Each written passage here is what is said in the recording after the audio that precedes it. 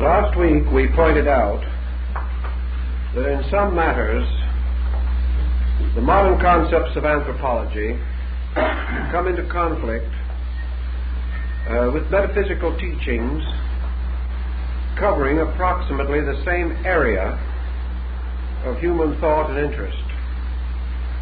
This conflict continues into our present session, and in order to clarify it as much as we can, we must try to cover the several related fields which influence the major theme.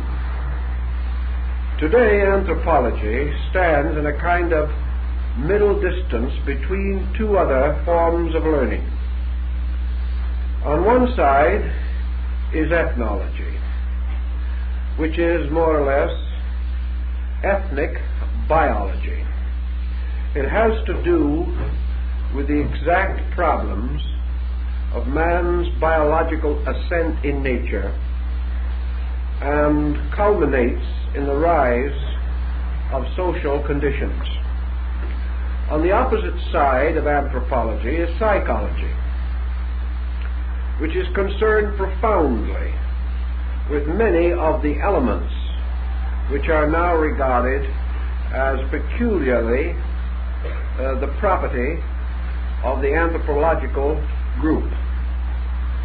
Thus, between biology and psychology, anthropology takes a middle position, deriving certain of its data from each of these opposing or contrasting groups. And tonight, as our subject deals with the nature of soul and the problem of the ensouling of man, we come to another interesting situation. We have heard many definitions of souls, theological and philosophical. We also recognize the scientific approach to the psychic equation in human life. But now we must consider for a moment a phase of the subject which perhaps has not generally come to our attention, namely the soul in terms of anthropology. It is quite different in many distinct details from other concepts. Aristotle anciently opined that the soul was in some way directly associated with motion, that in a sense things move because of the psychic life within them.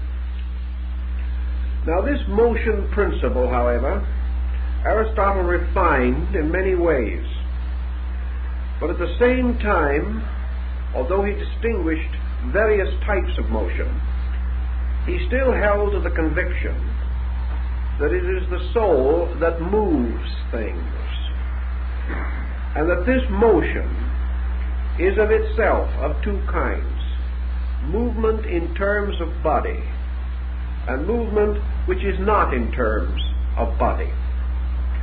Movement in terms of body we behold around us constantly. Movement in terms which are not of body we also intellectually behold, until it becomes almost as familiar to us as the movement of body. Yet this movement which is not of body requires a different approach in an effort to understand its meaning and its part in our way of life. This non-body motion may be likened to a qualitative motion, as distinguished from a quantitative or physically directive motion. A man walking from Los Angeles to San Diego accomplishes the crossing of a quantitative interval, which we describe in terms of miles.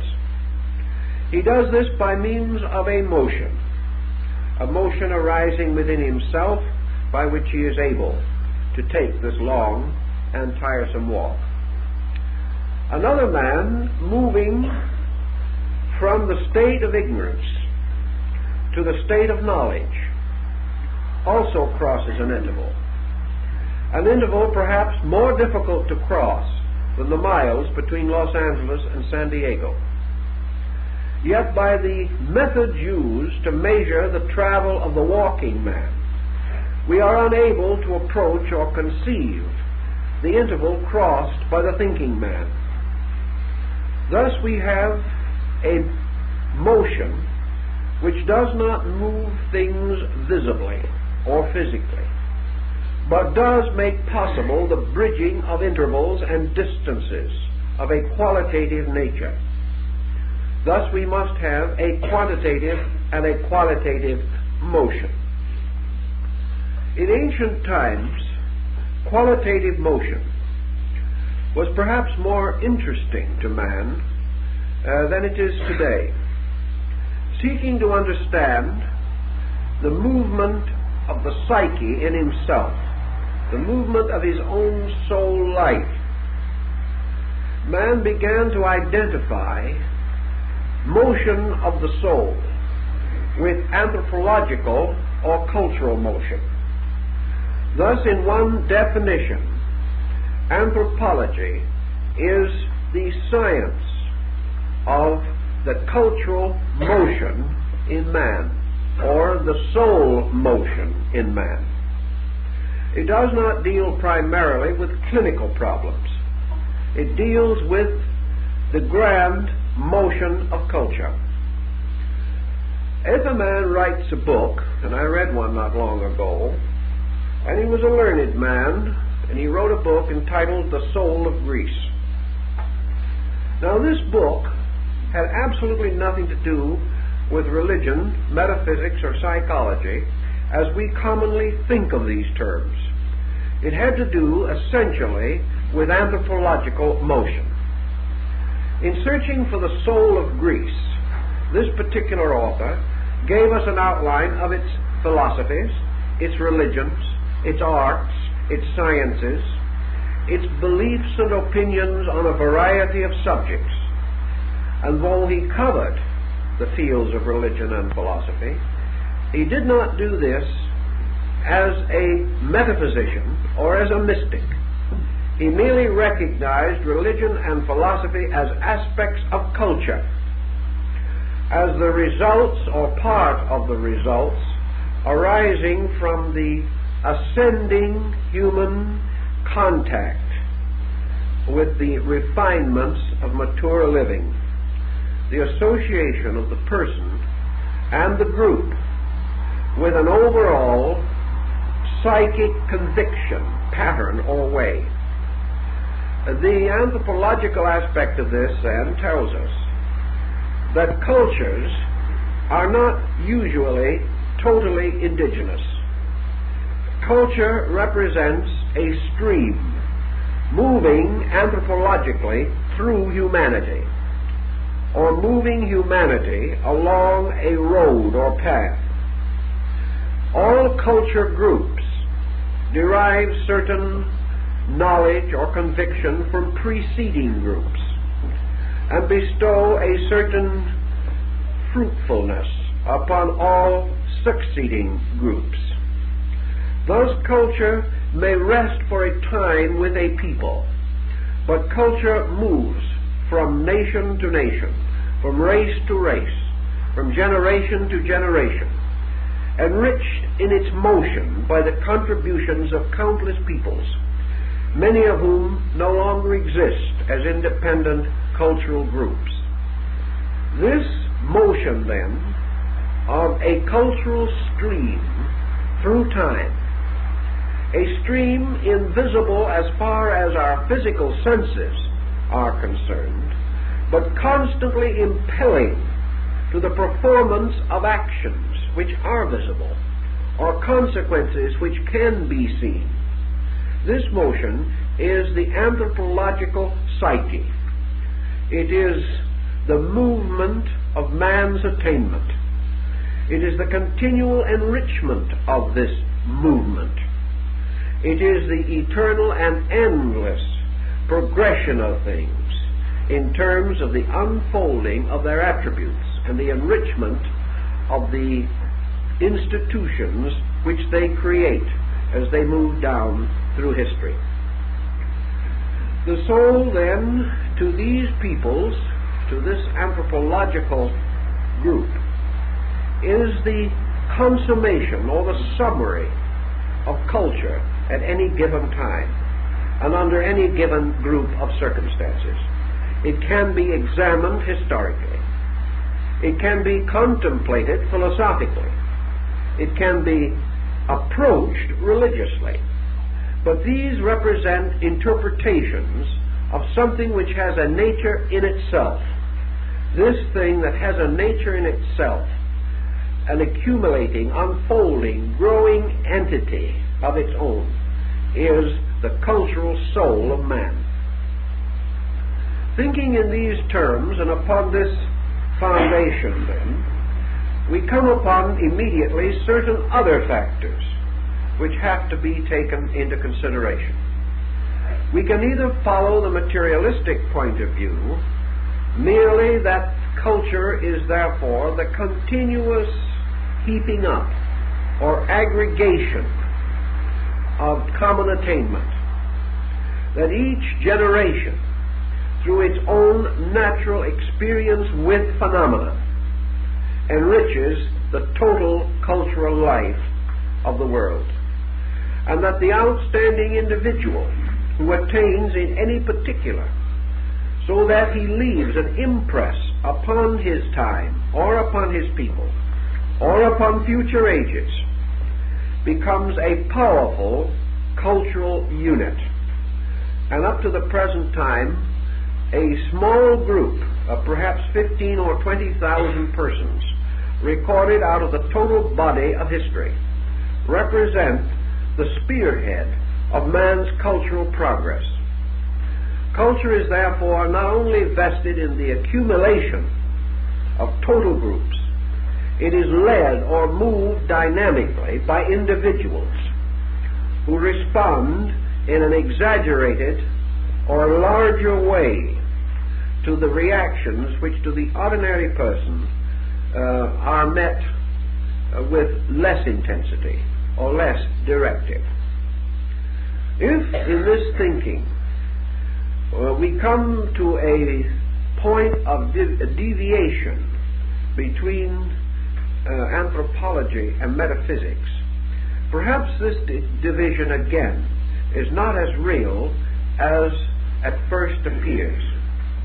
For a long time we have been plagued with an attitude, namely that if a certain effect is visible to us, a certain condition arises in our phenomenal world, we assume that the cause of that condition must always be according to the dominant way of thinking which most influences our times.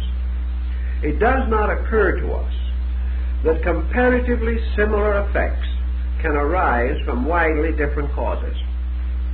This point we have to give some special attention to. We know that we are not always correct when we use the sensory perceptions as a means of establishing fact. We know that for a great period of time, human beings actually believed that the sun set in the west because it appeared to do so. They assumed that the diurnal motion was the motion of the sun. They did not realize that it was actually the rotation of the earth itself.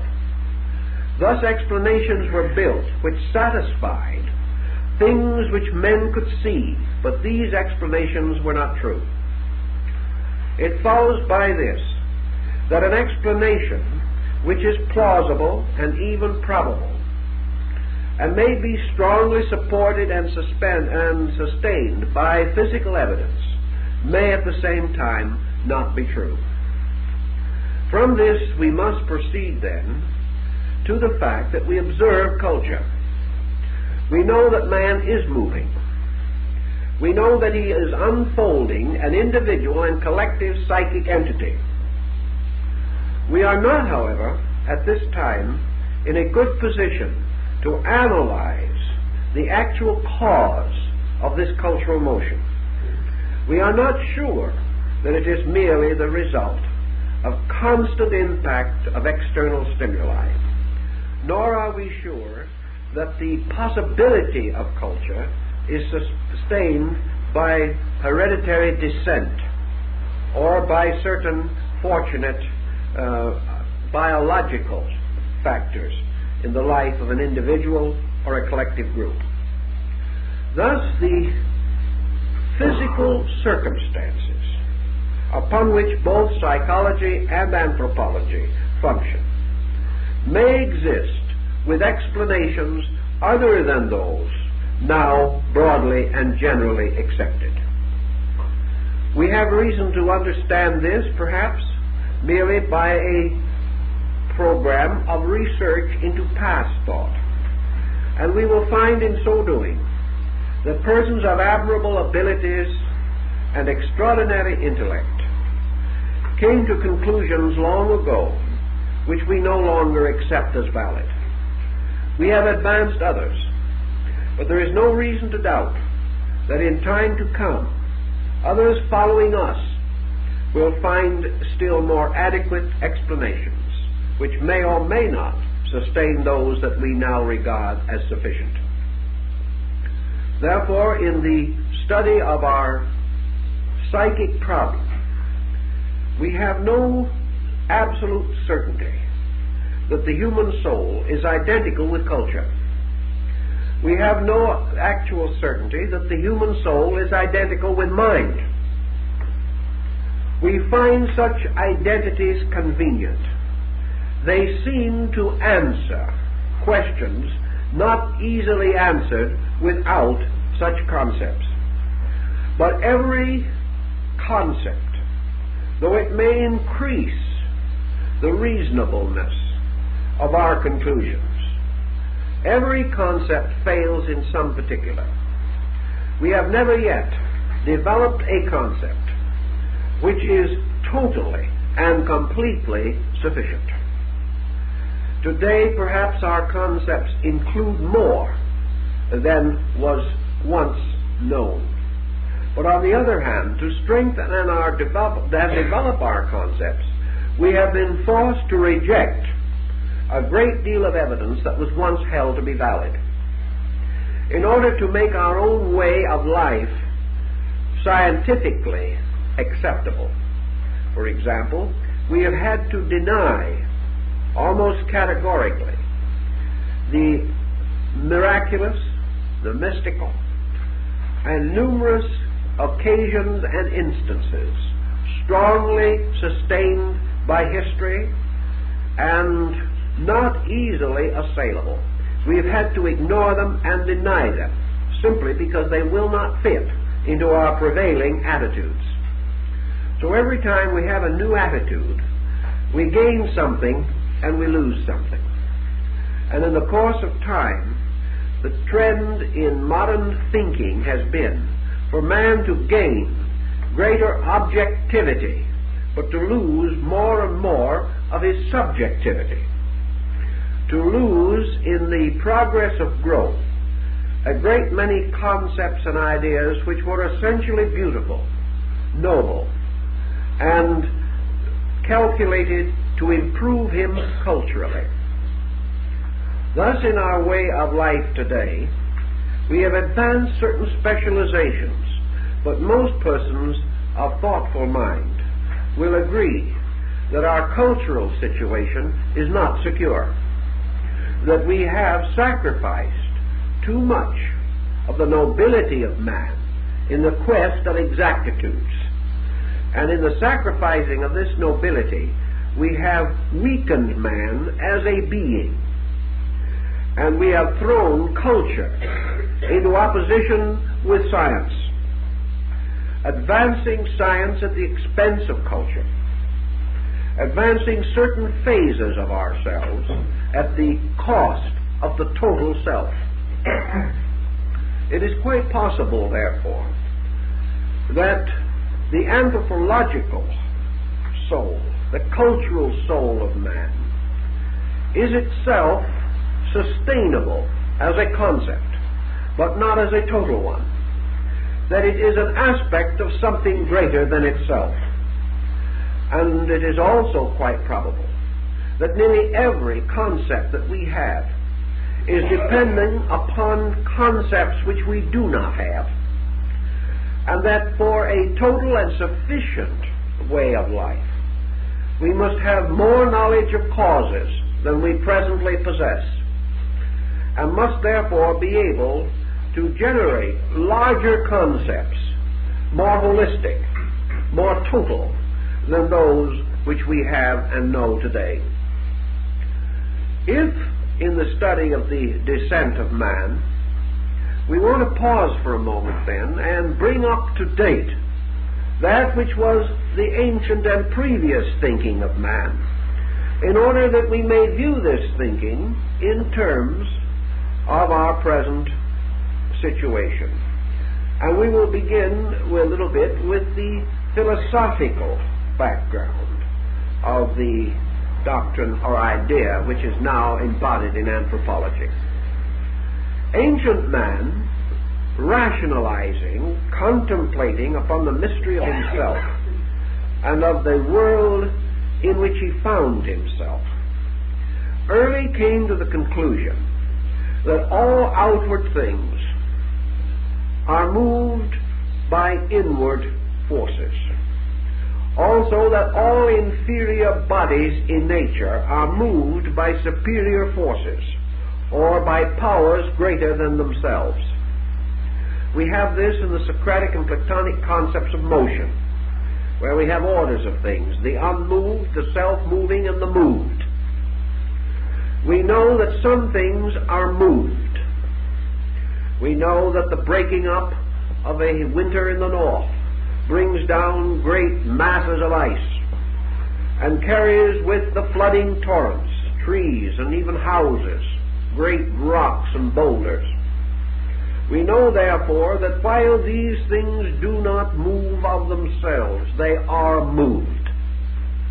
Therefore, that motion can be imparted to things from without, as is the case of a person tossing a ball. The motion of the ball is not inherent in the ball.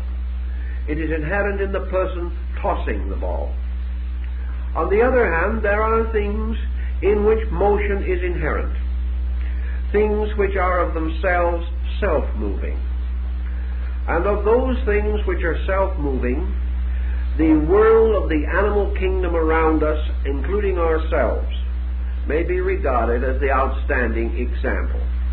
Man is a self-moving creature. Truly, he can be moved by circumstance.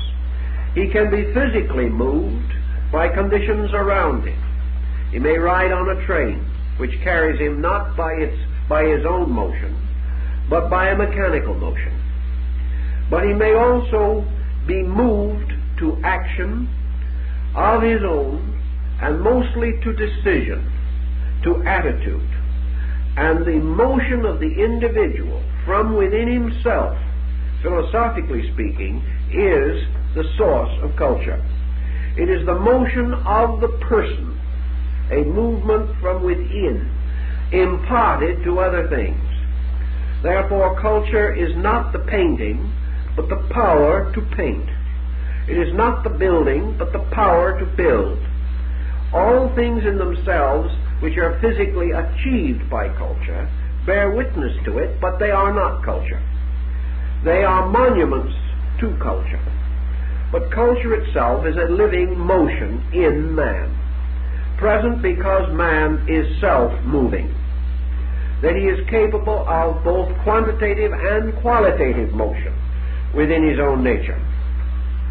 In this he is unique among the species which we know, in that he has carried qualitative motion further than any other form of life that is visible to us. Being a self-moving creature, man must therefore be moved by that which conveys motion or contributes motion. And the Greeks, the Orientals, many ancient peoples assume, therefore, that man's qualitative motion is due to his own soul, to a life motion in himself, to the existence within his nature of a psychic entity. That this psychic entity is the cause of all things about man, which cause him to move gradually from a biological to an anthropological foundation, finally perhaps to a psychological footing. This psychic life within man manifests early in the human experience and produces a variety of interesting, if somewhat confusing, results. Philosophically, man is recognized as a thinking animal. He is also recognized as a creature possessing within himself the power to imagine, the power to visualize. In the process of imagination, therefore, we find man polarized between two qualities of his own psychic nature. One is imagination, and the other is memory. By memory, man is bound to the past. By imagination, man can anticipate the future. Imagination is therefore an overtone, a motion toward the unknown. Now, imagination can lead to fantasy. It can also lead to hallucination. It can result in the individual surrounding himself with unreal and unreasonable fears. It can terrify the individual and tyrannize upon all of his other faculties. But in its natural and proper state, particularly under a cultural background, imagination becomes man's escape forward. It makes possible the dream of future. The dream of future makes orderly progress natural and reasonable for man. Now pause for a moment again and turn to the religious consideration.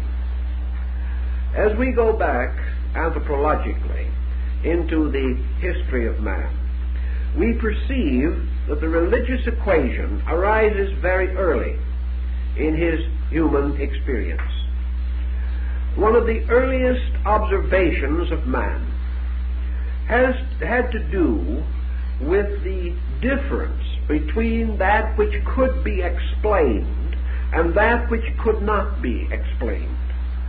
Not in this case empiric necessarily, but in terms of his own experience. That which any man cannot explain occupies a different relationship to him than that which he can explain. That which can be explained is normal. That which cannot be explained is hypernormal, or supernormal, or supernatural. Consequently, man's relationship with life has always been divided into two parts: his relationship with the known and his relationship with the unknown. Now, there are tribes in various parts of the world who have tried to solve the problem of such relationships. One of them was the Yazidis of Iraq, a group of people whom we call the Yazidi. They still exist as a small religious sect, sometimes called devil worshippers. These devil worshippers are very intriguing because of the basic logic which dominates their thinking. These people are not really devil worshippers. They believe in a good God, but they do not feel or sense the need to worship this good God. Why offer or pray or in one way or another attempt to please a good God? If this God is good, he is not going to hurt you anyway. On the other hand, there are the unknown negative forces of nature, personified in the concept of evil. These people, therefore, find it in their thinking more utilitarian to try to keep evil spirits happy than to worry about good spirits. It is of no concern to them whether they worship God or not, because God understands everything, knows everything, and is eternally good. But the evil spirits, likely to bring plagues and pestilence, and to destroy the harvest, and to make women barren, and to cripple children, or to strike down the mature in their fullness of age, these kind of beings we must always cater to. So it is to the evil spirits that the foods and offerings are made, and that the prayers are raised, asking these spirits not to hurt them. There is no use asking God not to hurt them, because He will not. Now this is a simple example of what more or less divided man at a very early period. This problem of the known with which he could cope, and the unknown with which he could not cope. And around the unknown, which was mystery, he developed a series of positive attitudes, positive concepts about the negative. These positive concepts about negation resulted in the primitive social religious structure of savage peoples. It consisted of man's attempting to anticipate with his own consciousness the invisible factors of life around him. He was unable to do this rationally. He had to do it emotionally. He was unable to prove one step of his journey, yet he believed definitely in the journey because of other things which he could prove and which became obvious to him. When one child grew up and the other child died, there could only be one answer, namely a supernatural factor.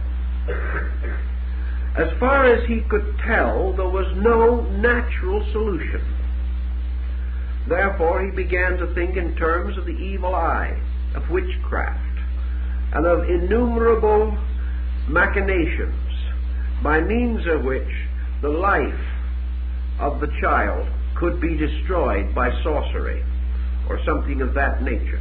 There was no other explanation. In many cases, of course, we know that this sorcery was merely an ancient name for lack of hygiene. But ancient man did not know that. So while he knew nothing of hygiene or eugenics, these subjects were magic. He was unable to systematize any way of coping with the implications in fields where he had no knowledge.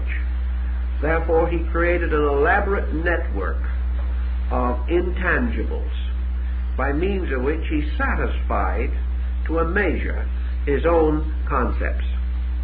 Now, why was he in need of satisfying his concepts?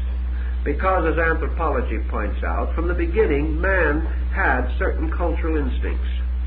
These cultural instincts were very strong in ancient times. And one of these cultural instincts was that things could not happen without reason. There has to be an explanation. And as the God concept developed, this explanation could not and must not conflict with the belief in a good God. Therefore, God could not be finally held responsible for ungodly situations. And it was needed that other things should be introduced to form bridges or links or to provide explanations for things otherwise not to be explained. Out of all of this together, there rose a primitive religious psychic life. And from this came another very important psychological factor, namely, that man began to be moved by imponderables. He was no longer simply moved by the weather. He was no longer moved totally by the migration of animals, which he had to follow in order to secure food. He was no longer moved by storms or by any of these things primarily. He began to find other causes for major trends or major motions in his own affairs. And these causes were his beliefs, his attitudes, his convictions, and the rising structure of consequential conclusions. Thus man began to be inwardly moved by psychic pressure. Now we may wonder, and we do have to ask, whether this psychic pressure was totally the result of man living in a material mystery for which he had to find supernatural solutions, or whether these supernatural solutions to which he turned were available to him and he was impelled toward them only because of a psychic necessity within his own nature. In other words, is man to be decided as having been moved only by heredity and experience, or was he also moved by the fact that there was in him something by which he was human, and that this humanity gave him a different perspective, made possible the engendering of the element of mystery in his own consciousness, and that man gradually evolved mystery because he had a unique capacity for mystery, a capacity not so obvious in the other kingdoms of nature.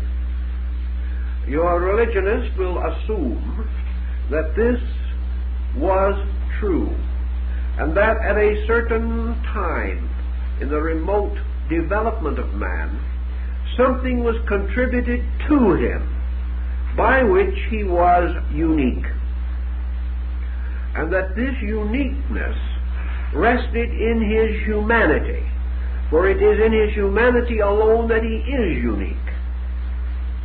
We remember the story of the two Greeks that met out in front of the amphitheater, and one said he was going to the games and would be happy to take his friend.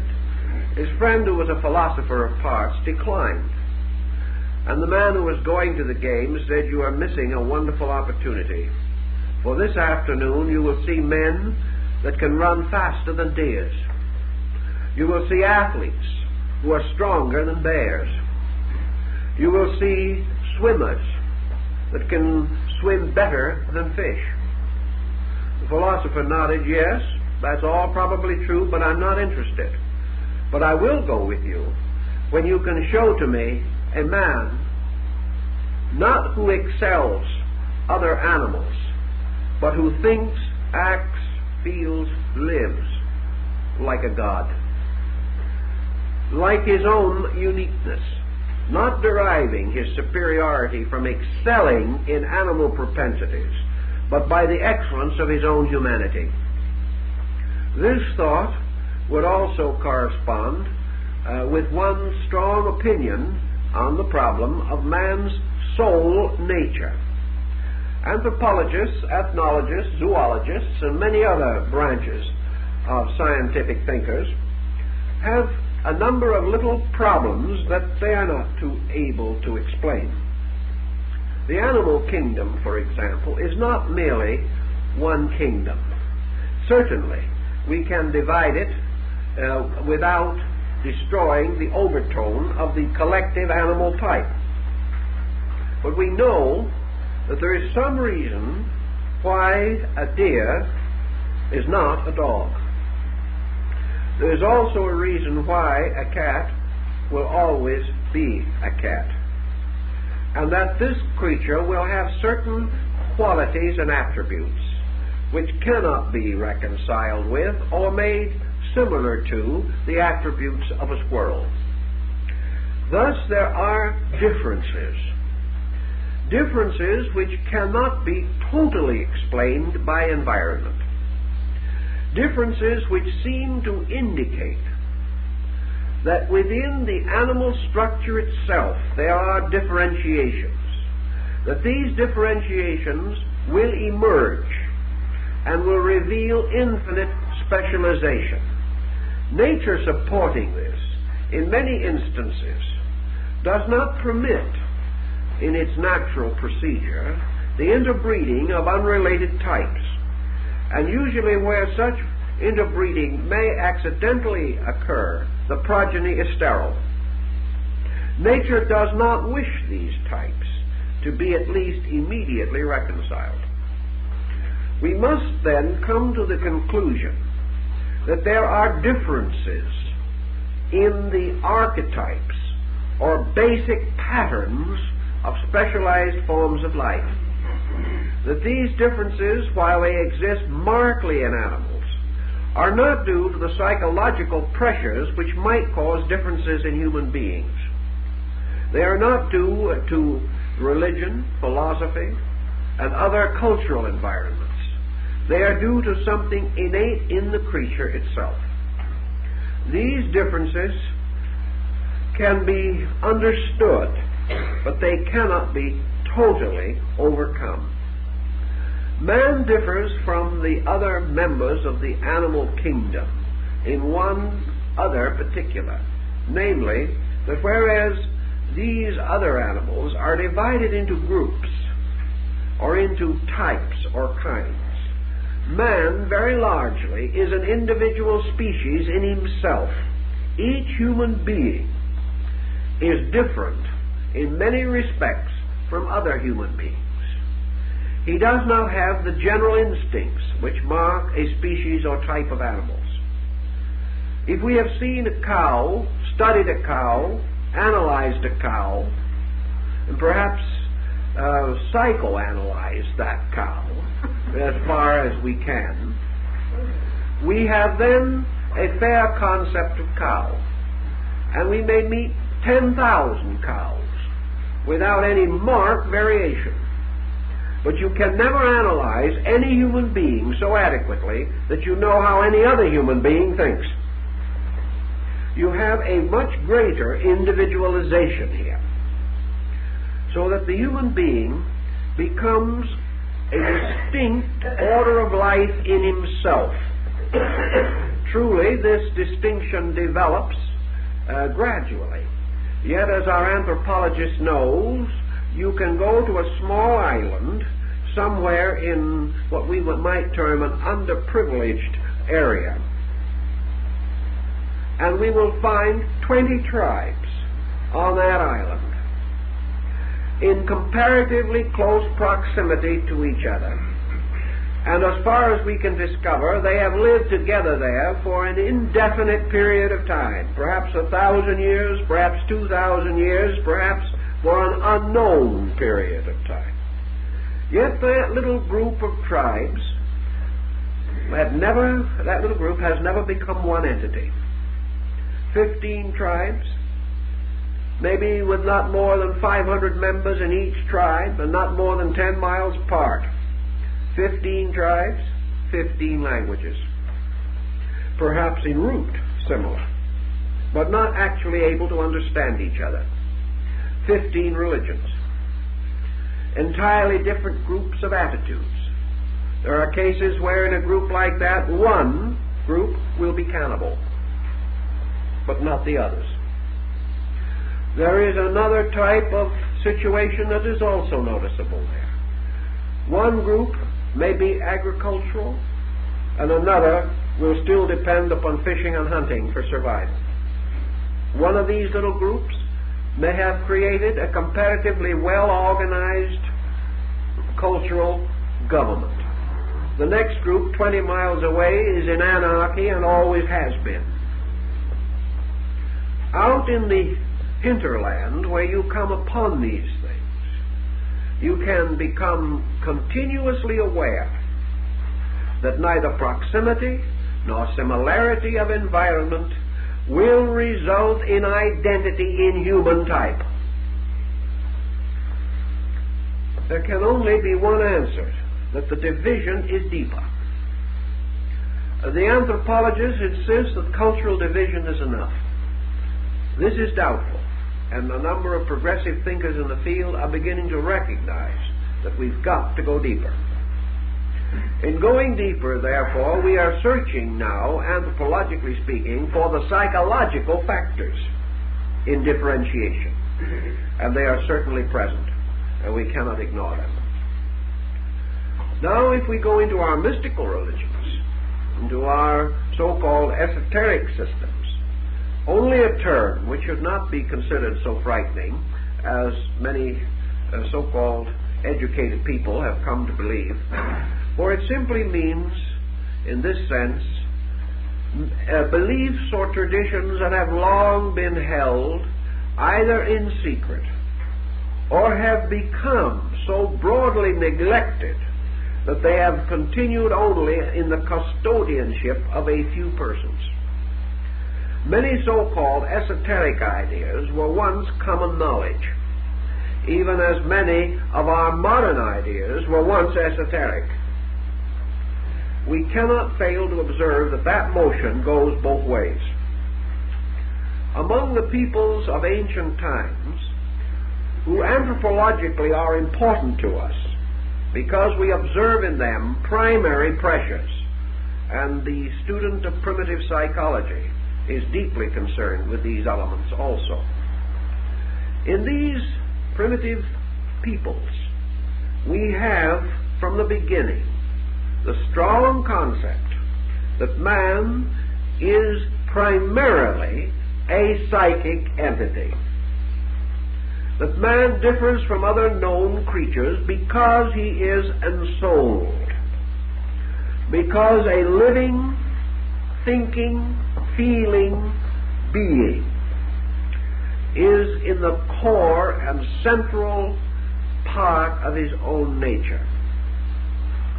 He therefore divides himself from the animal not because of the difference of body, but because he firmly believes that he is not his body, but that he is truly a person living in a body. Up to very recently, science has taken the attitude that there is no separate person occupying the human body, that the personality arises within the body and its experiences and its reflexes. But ancient man was convinced that he had a psychic entity. And even among such peoples as those we mentioned, the 15 little tribes on the island, the belief in this psychic entity is perhaps one of the few things that they shared in common. They had different interpretations of it, but all these little groups had some concept, even as aboriginal savages, they had some concept of a being in their own bodies. That they were not merely animated forms, but that this being in the body was more important than the body. Most ancient peoples also held that in some way this being is in an association with the body, but is not subject totally to the changes and modifications which occur in the body. One medieval thinker expressed it in a very interesting way. If soul is a byproduct of body, why is not the psychic life of man changed if he loses both legs? He is then no longer the same organization that he was before. Something is gone. Yet the loss of his arms, the loss of his legs, even the infirmities of his sensory perceptions do not essentially change his being. And usually, except in cases of certain types of disease which destroy function or structure, the actual entity of the individual does not greatly alter until the time of the general dissolution of the body. Also, most persons have recognized or realized that while the body passes through a series of conditions, that these conditions associated with the infirmities of age, or what we would term chronological aging, that these conditions are not contributed to the psychic being or entity. Once the individual recovers from the peculiar negative psychology of childhood and attains a more or less complete administration of his own nature from that time on, say from his teens to the end of his life. The being is not aware of aging. It becomes conscious of aging only through the infirmities of its body, but it is never itself able to determine as an inward noumenal experience whether it is 20 or 40. It must look in the mirror. It must depend upon some external factor. And about the only difference that we note is body difference, resulting in loss of function, loss of vitality, or the exhaustion of bodily resources. The individual has these infirmities, but the knower in the body is essentially timeless. Primitive man found this out. It forced him, therefore, to the inevitable conclusion that when he was 70, he did not feel inside any different from the way he felt at 20. And if there was an essential difference in his condition, this difference was due to psychological factors. His friends told him he was old. People began getting chairs for him. Folks ran forward and helped him upstairs. These are the ways he discovered that he was old. Gradually he came to believe it. Also, as among the Chinese, who differ from us in so many details, age having a peculiar advantage. We have young Chinese people sitting around waiting, hopefully, to grow old.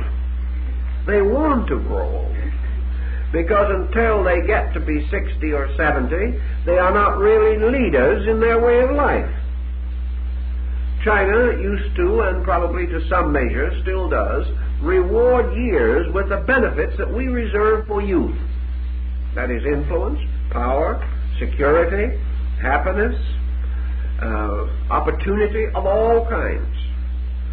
When Sun Yat-sen became president of China, he convened a Congress and told the various districts to send their senators and representatives. It was a simple matter. Every district selected the oldest living inhabitant. The result is half the representatives died before they got to the Congress.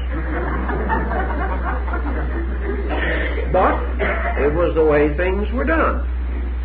In many cases, some cases, the records tell us that these representatives were brought in carriages and in carts because they could no longer walk.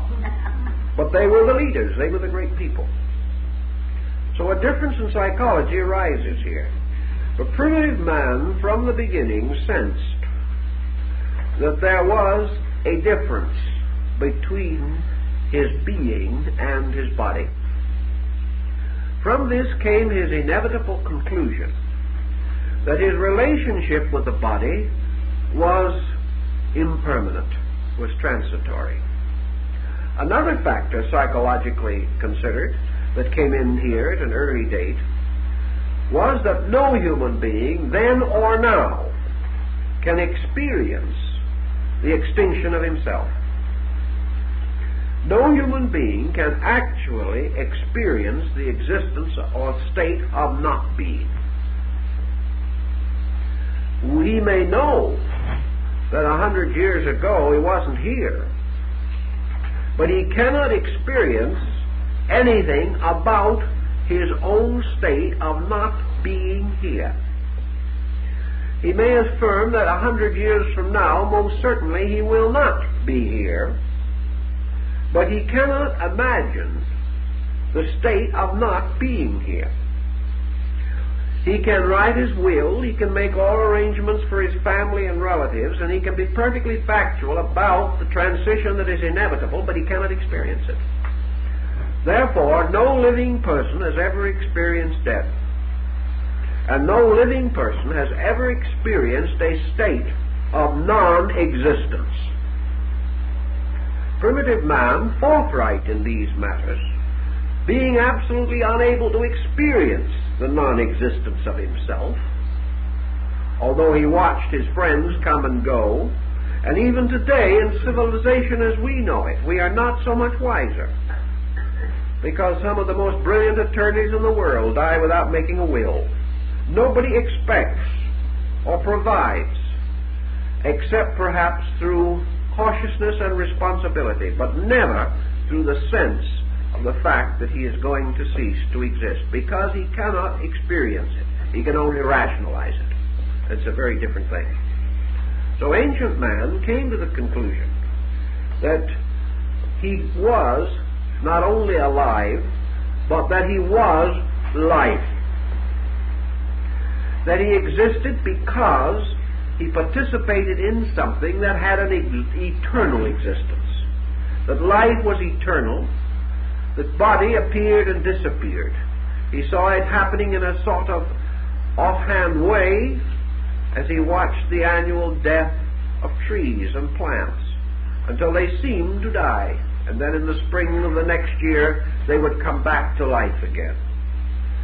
He saw, therefore, the continuous victory of an invisible thing called life over visible things which apparently could live and die.